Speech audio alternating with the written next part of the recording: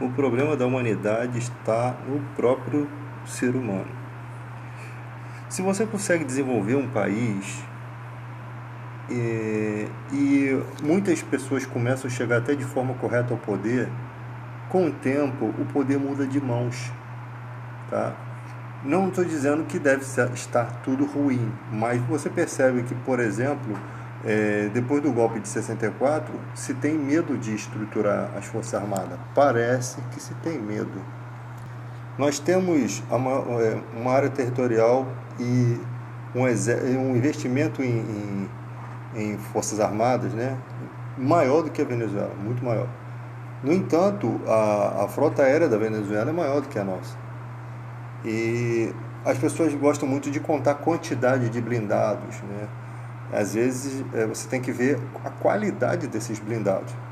Porque se alguém detém um espaço aéreo, um ataque aéreo sobre blindados, você dizima muito as frotas, né? Você tem agora tanques com tecnologia reativa, né?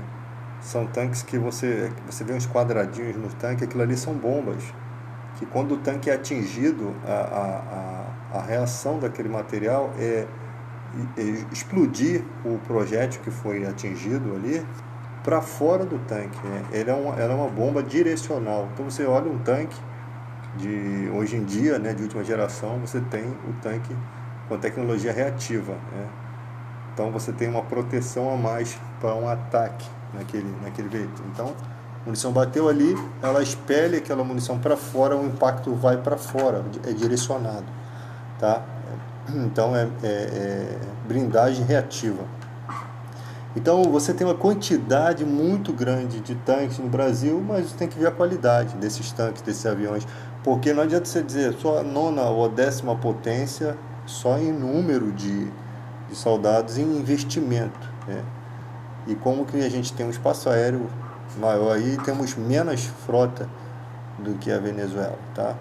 Então isso daí você vê que parece que não há um investimento forte realmente nas Forças Armadas, talvez por conta do golpe militar, o medo de voltar a um sistema desse daí. Você começa a criar UPPs, né? Você começa a criar um projeto e a UPP ela foi um projeto para obrigar, praticamente, parece que obrigar a se ter orçamento para a Polícia Militar, né? Os políticos terem orçamento para a Polícia Militar. Um grande gasto. Então começaram a dizer que não dava certo e tal, e tal, e tal, exatamente para desmerecer o projeto, né? Então você chama especialistas e começa a falar dos erros e tal, uma forma de minar o projeto para que esse projeto chegue ao fim, né? E é muito complicado porque parece que quando tudo se ajeita no país, quando se consegue ajeitar algumas coisas no Brasil e não se tem vontade de ajeitar, fica aqueles que tomam o poder acabam se sentindo os maiorais e acabam dominando, subjugando o restante, né? Então você tem ali tudo bom, vamos supor, Forças Armadas perfeitamente, segurança pública perfeita. Ali quanto melhor, mais exigência se tem. E quem sempre se dá bem são os grandes, porque os proletariados, a massa mesmo, ela só serve mesmo para mover as catracas do país em benefícios de poucos, muitos em benefício de poucos, né? É isso que acontece com o nosso país. Então não se dá muitos direitos, porque quando você dá direitos, se desenvolve, aquela pessoa se desenvolve, né? E ela quer mais direitos, né? Na verdade ela está brigando somente pelo o que é seu direito real, que ele é tomado, né? Então mantém em sujeição essa cadeia, né? E você vê toda uma farsa, é tudo um jogo de cartas marcadas, é tudo uma farsa. A educação no Brasil, por exemplo, é uma farsa. A educação pública é uma farsa. Porque ensinar, eles te ensinam, mas educar de uma forma de qualidade, não existe uma educação de qualidade. Até porque você tem que ter tempo Você tem que ter uma média escolar muito maior e você tem que ter exigências maiores dos alunos. Então, na verdade, eles não estão formando, eles não querem formar pessoas qualificadas, eles querem formar mão de obra barata. Então, tu vira e mexe aí, vamos fazer aqui formatura de segundo grau. Com a média 5, tirou 3, fez um trabalho valendo 2, passou de ano. Qual o esforço que tem nisso? Qual o orgulho que você tem nisso? Tá? Simplesmente você está se formando para não ser ninguém. Tipo assim, para ser mais um que vão aproveitar a sua mão de obra barata. Tá? E com o tempo, até aquelas mãos de obras que eram melhores, né? Elas vêm sendo subjugadas por leis trabalhistas, por leis injustas, que a cada dia corta mais e mais do salário, né, das pessoas. Então você vê, altos preços, aumentou o salário, mas os preços estão lá em cima, quer dizer, o aumento ele nem chega a te dar um alívio, né, um direito a respirar. Sempre está faltando um gás, sempre está faltando alguma coisa. As horas trabalhadas, muitas horas trabalhadas, a pessoa às vezes não tem tempo nem para a família, para os filhos crescem como se fosse um foguete ali, e você nem percebeu que eles já estão grandes, porque muita gente passou a vida inteira trabalhando, não conquistou quase nada. Tem gente que não conquistou nada, porque o trabalho simplesmente só servia para comer, tá? Vocês acreditam que existem milhões de pessoas dessa forma que eu estou falando? Que trabalharam e não tem nada. Elas, se faltar um emprego, elas perdem até o que tem, tá? O que conquistou nesse esses anos de trabalho foram poucas coisas, né? Não estou falando que não tem gente que conquista, estou falando que a mão de obra é muito pouca, muito barata, né? Muito barato. Fica o cara um mês em casa, doente, começa a faltar as coisas dentro de casa. Entende? Não você não tem um salário que você possa juntar um dinheirinho para que, se numa situação de emergência, você consiga ficar bem. Passar um momento, nem um momento você consegue ficar bem. É um desespero. Por quê? Porque o salário já está pagando as contas que você tem do ano todo, né? As prestações, né? Então, gente, o país ele passa por todo esse processo e não se tem um projeto real para se modificar isso, tá? Não se tem um projeto real. O bom da internet é que você conversar sobre essas coisas faz com que as pessoas acordem. Acordar para quê? Não vivam endividadas. Você não vai ter prazer na vida se você vai só viver endividado. As coisas que vendem pra gente são as piores coisas. Um guarda-roupa de alguns estabelecimentos aí pó de madeira prensado. É uma coisa absurda o lixo que eles vendem pra gente. Tá? Aquilo ali na sua casa pegar fogo, lambe e tudo. Era mais fácil você fazer um guarda-roupa de concreto. Você pode embelezar ele da forma que for, botar piso, botar do jeito que for, pintar, e você bota as portinhas, ele dura para sempre. Você não tem mais gasto com guarda-roupa do que você ter um lixo que você puxa a porta, sai a porta, puxa a gaveta, sai o fundo da gaveta. É um inferno ser pobre, irmão. É um inferno nesse sentido, porque você gasta R$ 1.000 para comprar um lixo. E eles ficam ricos vendendo lixo pra gente. Vendendo literalmente lixo. Resto de madeira prensado, tá? Que vai fazer algo que tem uma certa beleza, sem qualidade alguma. Você acabou de pagar a prestação, o guarda-roupa já não existe há anos. Ou ele já está com problema. Até o montador tem dor de cabeça, porque se ele errar um parafuso ali, ele tem que usar 1 litro de cola para botar o parafuso no lugar. Até o montador passa dobrado para montar essas porcarias. Então nós somos consumidores de lixo. Isso aí você vê todos os dias. Então tudo parece que quando se melhora muito o sistema, eles tomam o poder. Porque pode estar muito bem estruturado aqui um sistema de governo bem bacana, e daqui a pouco aquelas pessoas viram a cabeça, daqui a pouco começa ali, e se eles tiverem uma estrutura tão grande, para tirá-los do poder é pior, que é ali que começa a se subjugar as pessoas. Então todo esse equilíbrio, essa luta contra o bem e contra o mal, essa luta, ela acaba, o poder ficando dividido, né? E acaba que eles não conseguem realizar os planos.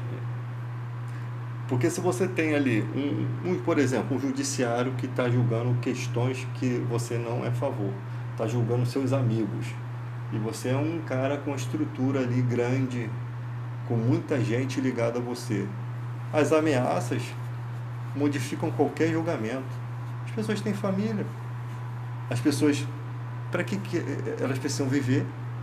Ela vai estar lutando por uma causa que se alguém está ameaçando a vida dela. Então, às vezes, a desestruturação disso, de você não ter um poder centralizado, você ter vários feudos, né, várias partes, é um equilíbrio que se tem. Tá? É o equilíbrio que se tem no mundo. Não que você não vá lutar por melhorias, não que você não vá lutar por direitos. Você tem aí, por exemplo, o agronegócio sustentável.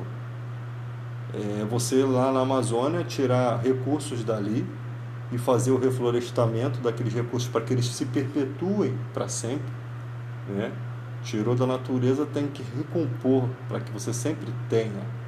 Isso é um lucro perpétuo, né? Isso é um lucro que você vai ter sempre. Mas não, os caras só querem tirar sem colocar nada. Eles só querem o lucro momentâneo ali, rápido. Até porque não sou eu que vou estar no governo, né? Eu não vou estar nessa terra mais. Então eu preciso adquirir o máximo para mim, para aqueles que são meus, e os outros que se explodam. É essa a visão da política, né? Entrar na política para defender seus próprios interesses, né? Nunca defendem o interesse do povo. E o povo, às vezes, também é exigente demais com gente que eles não deveriam ser exigentes. O cara está fazendo as coisas certas. Errou uma coisinha, ele já acaba, liquida. Eu lembro que quando a Tabata do PDT votou contra, né, o partido se pronunciou para a retirada dela. Mas se o partido resolvesse mantê-la, muita gente já deixaria o PDT de lado. Eu acho que não é assim também. Existem questões burocráticas, existem muitas questões em jogo. Não é assim que se dá um ultimato por um cara que tem uma história. Por exemplo, Ciro Gomes tem uma história na política, né? Tem uma história de ensinamentos. No YouTube aí você vê as sabatinas. Um cara realmente que entende do país. Aí por um erro, por uma questão que não é um erro de caráter, né? Às vezes é um afeto, né? As pessoas já querem liquidar tudo, tá? E fica muito difícil, porque exigem muito de uns e de outros não se exigem quase nada, tá? Por outro lado, você tem aquele cara que aceita todas as mentiras do seu ideal partidário e ainda defende as mentiras. É como se fosse um time de futebol, né?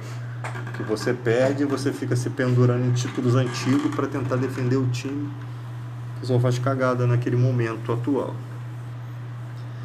Então, qual é o jeito do Brasil? Hoje, a única coisa que eu acho que pode ser melhorar no Brasil, para melhorar tudo, é a educação. Nós precisamos de saúde em primeira matéria, a saúde, para que se tenha, né, condições. A saúde é precária demais. Você não tem um planejamento. O cara descobre um câncer, cara, ele tem que se ele não correr atrás. Problemas renais, então, que precisa de hemodiálise, o médico nem te fala que você precisa de hemodiálise. Você vai morrer. Ele nem te quer ter o trabalho de fazer um laudo e te encaminhar para um hospital que trate daquilo. Simplesmente ele te abandona. Tipo, você vai ver que vai mandar essa bomba atômica pro hospital tal, o cara lá vai ficar meio bravo comigo de eu ter mandado esse paciente para lá. é muito terrível, né, a nossa história. Então a educação, pelo menos ela vai fazer com que as pessoas discernam, saibam discernir entre um político bom, né, e um político corrupto.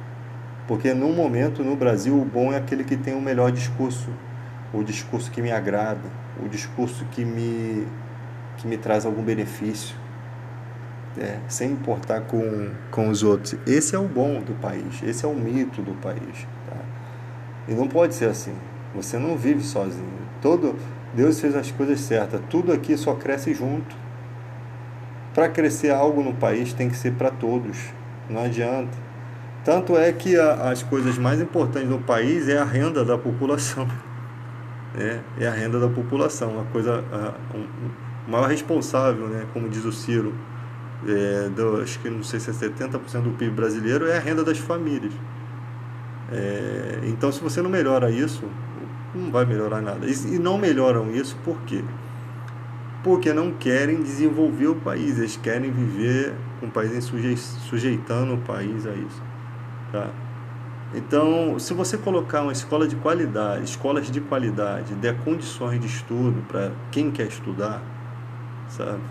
Coisas públicas mesmo, você pode ter a escola pública normal, convencional, e você pode ter escolas especiais. Quem quer estudar na escola especial, vai para a escola especial. Quem acha que não tem, quem se acha incapacitado, tem gente que se acha capacitado. Eu acho que não existe isso. Eu acho que existe aquele que não é esforçado.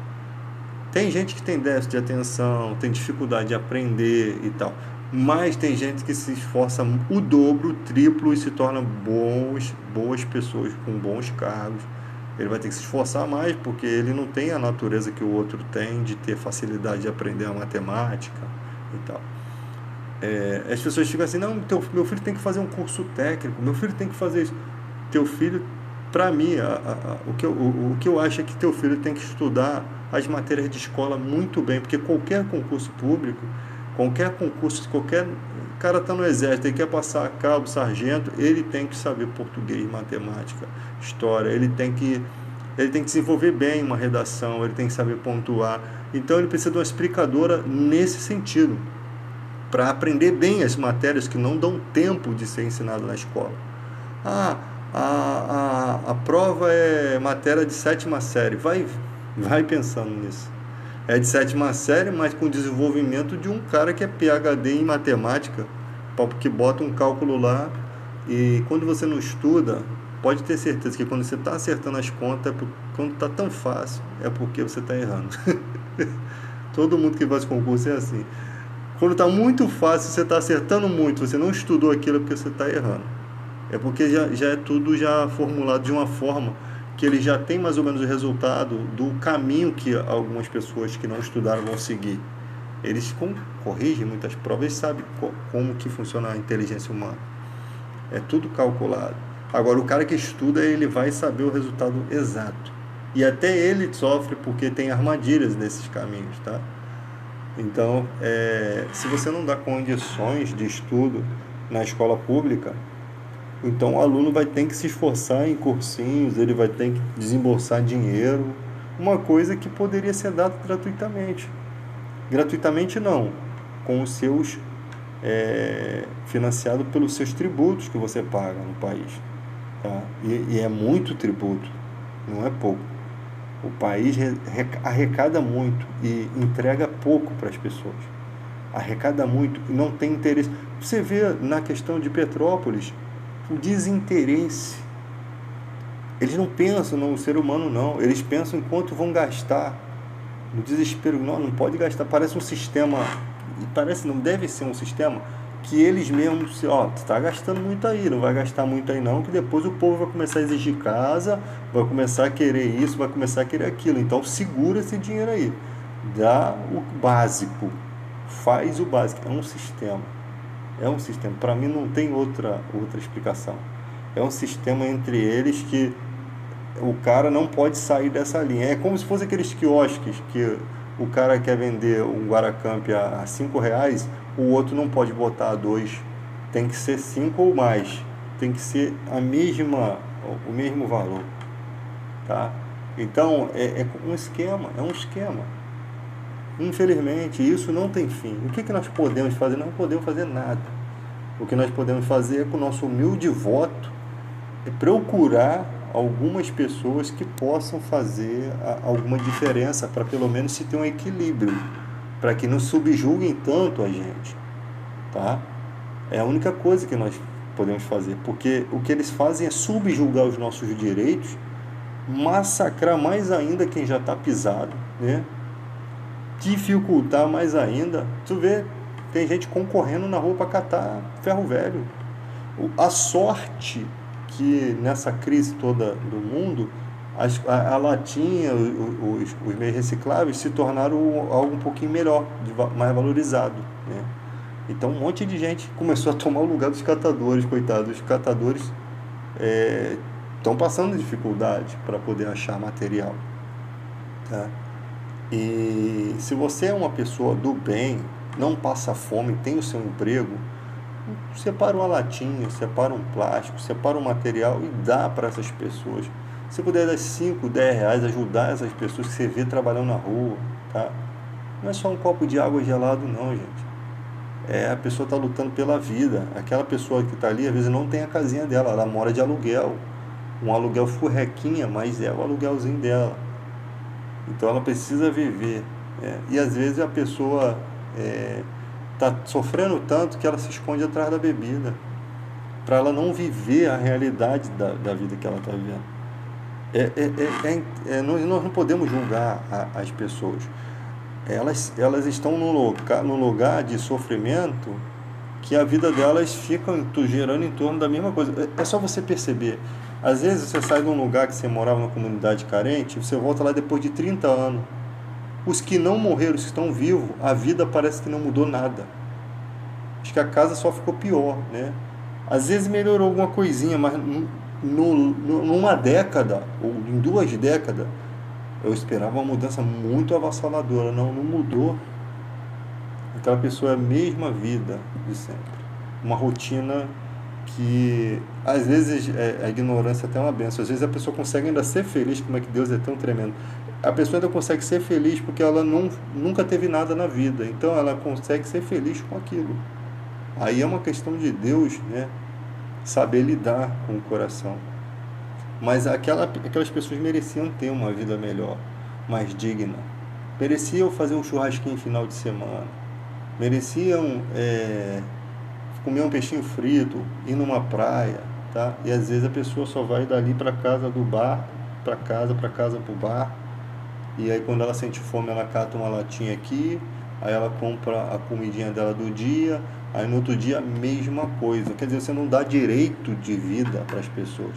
Você não dá direito a sorriso na vida das pessoas. E você está feliz, você tem sua família, você tem seu carro. Você não consegue dar um trocado para o cara que está jogando bolinha no sinal, porque você acha que se você der o trocado, ele vai passar a vida toda ali. Seria bom que o trabalho dele fosse valorizado, porque eu não consigo jogar nenhuma bolinha daquela para o alto. Seria bom que ele se sentisse valorizado por aquilo que ele está fazendo. Porque, olha, a melhor recompensa para um talento é de a pessoa observar, as pessoas estão me vendo, as pessoas estão notando o meu trabalho. É uma coisa simples, mas as pessoas estão me notando, as pessoas são boas. É essa a impressão que o mundo tem que dar para as pessoas.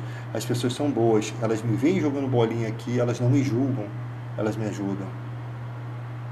E às vezes aquele cara que está jogando bolinha está pagando escola particular para o filho. Aquele cara que está jogando bolinha está levando a feira para uma pessoa que está doente. Sem saber, você está abençoando inúmeras pessoas através daquela pessoa.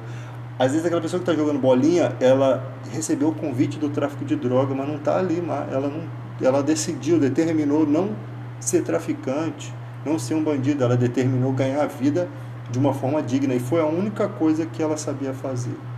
E às vezes você joga, o cara estava jogando 3 bolinhas, está jogando 10 agora pro alto.